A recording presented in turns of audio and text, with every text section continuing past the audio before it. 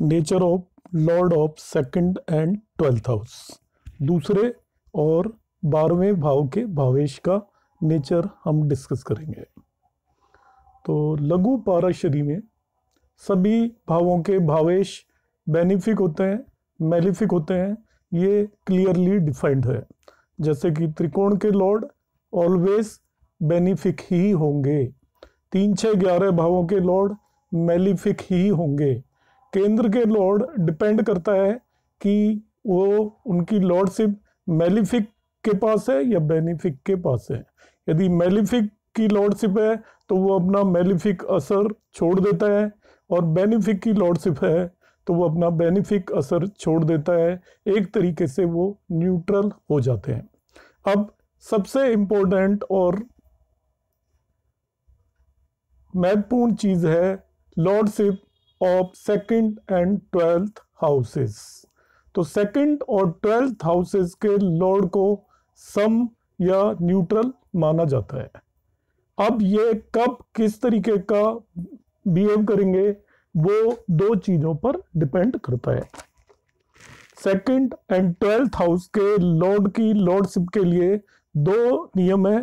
पहला नियम है पर साचार्य, नेचर ऑफ कंजक्टेड प्लैनेट, वो किस प्लैनेट के साथ कंजक्टेड है इस बात पर डिपेंड करेगा। तो इस पर्टिकुलर केस को समझाने के लिए मैंने एरीज या मेष लग्न की कुंडली ली हुई है। इसमें आपका सेकंड हाउस के अंदर 2 साइन है और 12 हाउस के अंदर 12 साइन है। तो सेकंड हाउस का लॉर्ड है वीनस। अब मैंने यहाँ पर वीनस को प्लेस कर दिया with the sun in 9th house.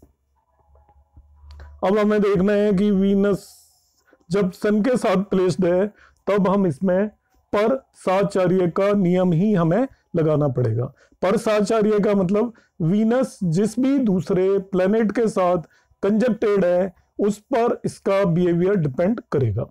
तो अब यहाँ पर देखते हैं वीनस सूर्य के साथ कंजक्टेड है, तो as a second lord Venus का बिहेवियर वैसा ही होगा जैसा कि सूर्य या सन का बिहेवियर है। अब यहाँ पे सन को हम देखते हैं, तो सन आपका 5th लॉर्ड है। 5th मीन्स आपका ट्राइन या त्रिकोण का लॉर्ड हो गया।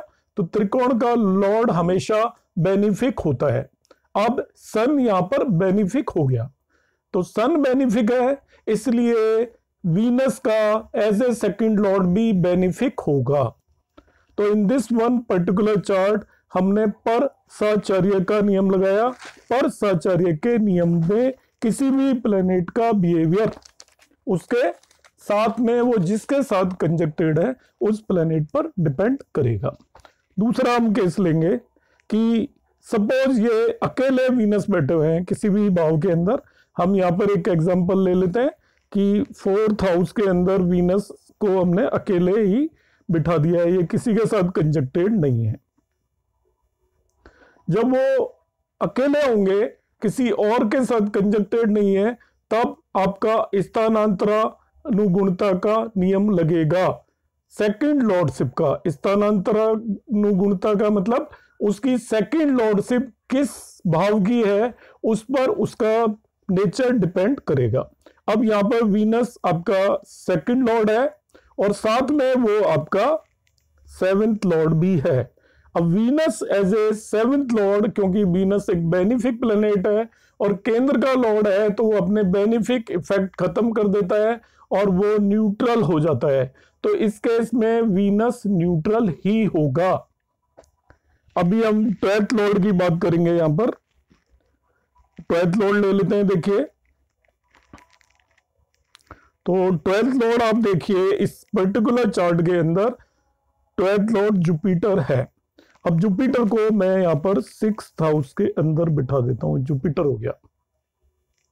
अब Jupiter as a 12th Lord हमें देखना है, क्योंकि जुपिटर अकेला बैठा हुआ है।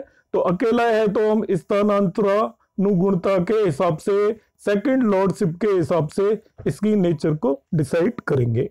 तो वीनस एज ए वो Jupiter as a 12th lord कैसा बिहेव करेगा, ये इसकी सेकंड लॉर्डशिप हम देखते हैं। तो ये 9th हाउस का लॉर्ड है। तो सेकंड लॉर्डशिप ट्राइन की लॉर्डशिप है, त्रिकोण की लॉर्डशिप है, और त्रिकोण का लॉर्ड शुभ या बेनिफिक होता है, इसलिए इस केस में जुपिटर भी as a 12th lord benefic ही होगा। अब इसमें मैं एक और एग्जांपल देखता हूं कंजक्शन का, कि सपोज वीनस को जुपिटर को मैंने कंजक्ट कर दिया 4th हाउस में, Jupiter is conjuncted with the moon, Jupiter is conjuncted with the moon. तो अब हम यहाँ पे देखना चाहते हैं कि Jupiter as a 12th lord कैसा बिहेव करेगा जब भी ये किसी भी और प्लैनेट के साथ कंजक्टेड होगा, तो पर साचार्य के हिसाब से बिहेव करेगा। पर साचार्य का मतलब ये जिस भी प्लैनेट के साथ कंजक्टेड है, इन दिस केस ये मून के साथ कंजक्टेड है, और मून इज केंद्र लॉर्ड, केंद्र लॉर्ड मून बेनिफिक प्लैनेट है, केंद्र लॉर्ड ओके सम हो गया, इसलिए जुपिटर भी यहाँ पर सम हो जाएगा, सम मीन्स न्यूट्रल हो जाएगा। इस तरीके से हम जुपिटर का बिहेवियर देख सकते हैं। तो ये हमने 12th लॉर्ड यहाँ पे देखा, और एक हम एग्जांपल लेते हैं। ये मैंने एक दूसरी आपकी जेमिनाइन या आपका मिथुन लग्न की एक कुंडली ली हुई है, और मिथुन लग्न की कुंडली में हम देखते हैं तो इसमें 12th लॉर्ड वीनस है और सेकंड लॉर्ड मून। अब मैं वीनस और मून को दोनों को एक ही जगह बिठा देता हूं 4th हाउस के अंदर। Venus and moon are placed in the same house, 4th house में दोनों को मैंने प्लेस कर दिया, this is moon and Venus. अब हम कैसे डिसाइड करेंगे, क्योंकि वीनस और मून दोनों ही सेकंड और 12th हाउस लॉर्ड एक ही जगह पर आकर बैठ गए हैं। नाउ हाउ टू डिसाइड कि इनका किस तरीके का बिहेवियर होगा। तो हम देखते हैं, देखिए मून के केस में तो सेकंड लॉर्डशिप मून की होती नहीं है, एक ही लॉर्डशिप होती है, इसलिए मून के केस में सेकंड लॉर्डशिप का नियम लगेगा नहीं। तो सबसे पहले यहाँ पे हमें वीनस को देखना पड़ेगा, क्योंकि वीनस और मून दोनों ही सेकंड एंड 12th लॉर्ड है, तो यहाँ पर आपका पर साचार्य का नियम अप्लाई होगा नहीं। इनिशियली पर साचार्य का नियम नहीं लगेगा, तो इनिशियली हम स्थानांतर गुणता का नियम लगाएंगे, तो वो आपका मून पर लगने वाला नहीं है, क्योंकि मून की केवल एक ही लॉर्डशिप है।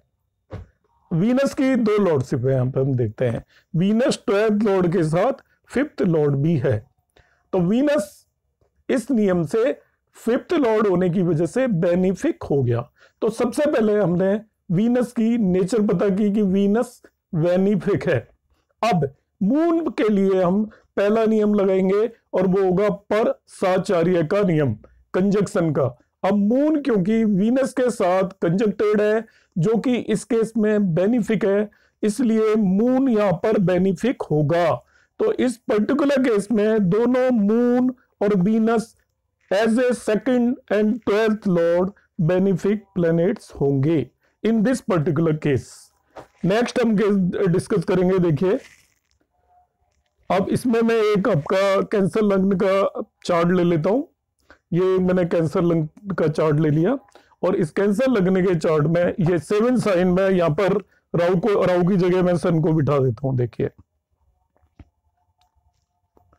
यहां से इसको सन को हटा दिया, और 7 साइन में यहाँ पर सन को बिठा दिया।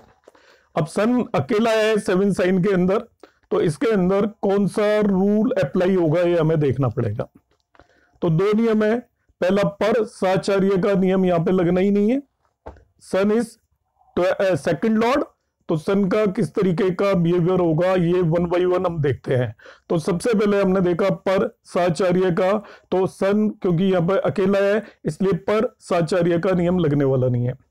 अब दूसरा आ जाते हैं कि स्थानांतर गुणता का नियम लगता है कि नहीं लगता है, दैट इज सेकंड लॉर्डशिप का। तो हमें मालूम है कि सन की कोई भी सेकंड लॉर्डशिप होती ही नहीं है, सन की सेकंड लॉर्डशिप नहीं होती, इसलिए यहाँ पर वो नियम भी नहीं लगेगा।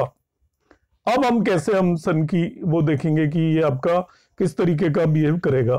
तो यहां पर अब हम इसका डिस्पोजिटर देखेंगे, सन का डिस्पोजिटर देखेंगे। Sun is placed in 4th house, और ये आपका वीनस की राशि में बैठा हुआ है। इस पर्टिकुलर चार्ट में वीनस को हम देखेंगे किस तरीके का बिहेवियर है वीनस का। तो Venus 11th and 4th house का लॉर्ड है। 11th हाउस के लॉर्ड की तरह वीनस मेलिफिक है और 7th हाउस के लॉर्ड की 4th हाउस के लॉर्ड की तरह वीनस न्यूट्रल है। इसलिए इस केस में वीनस मेलिफिक हुआ। अब सन क्योंकि एक मेलिफिक प्लेनेट के हाउस में बैठा हुआ है, इसलिए in this one particular case sun भी मेलिफिक ही होगा। अब नेक्स्ट केस इसी में मैं देखूंगा कि इन दिस सेम चार्ट मैं सपोज सन को बिठा देता हूं उसके खुद ही के हाउस में, और that is in second house. यहां पर सन को हमने प्लेस कर दिया इन द सेकंड हाउस। अब सन का कैसा बिहेवियर होगा? तो देखिए यहाँ पर पहला नियम भी नहीं लगने वाला है, दैट इज पर साचार्य, क्योंकि इसके साथ कोई प्लेनेट नहीं है। स्थानांतरानुगुणता का नियम भी नहीं लगने वाला है, क्योंकि यहाँ पर इसकी कोई सेकंड लॉर्डशिप होती नहीं है। डिस्पोजिटर का रूल भी नहीं लगने वाला है, क्योंकि वो खुद अपने ही हाउस में बैठा हुआ है। तो इस केस में हम कैसे डिसाइड करेंगे? तो इस केस में हम डिसाइड करेंगे उस प्लेनेट की खुद की नेचर पर, जो उसकी नेचुरल नेचर है उस तरीके से वो बिहेव करेगा। जैसे हमें पता है कि सन नेचुरली मेलिफिक होता है, क्रूर प्लेनेट होता है, तो इन दिस वन पर्टिकुलर केस वो एज ए क्रूर प्लेनेट ही बिहेव करेगा। नेक्स्ट एक मैं यहीं पे एक केस ले लेता हूं कि सपोज हमने क्या किया, इसको 4 साइन ले लेते हैं हम 12th हाउस के अंदर।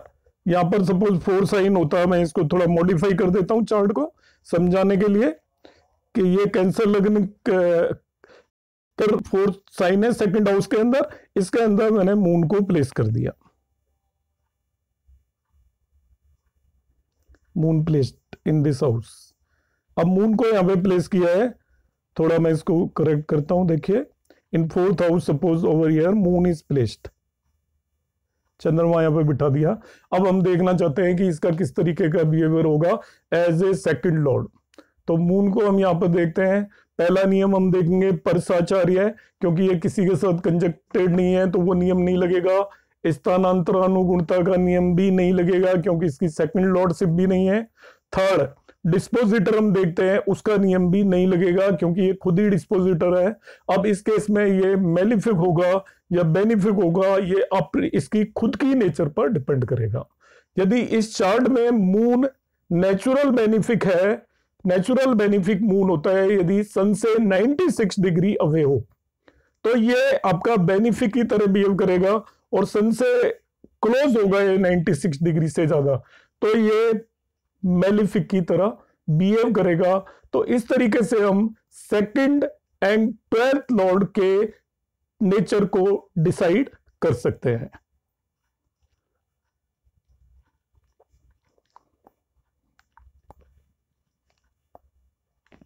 धन्यवाद।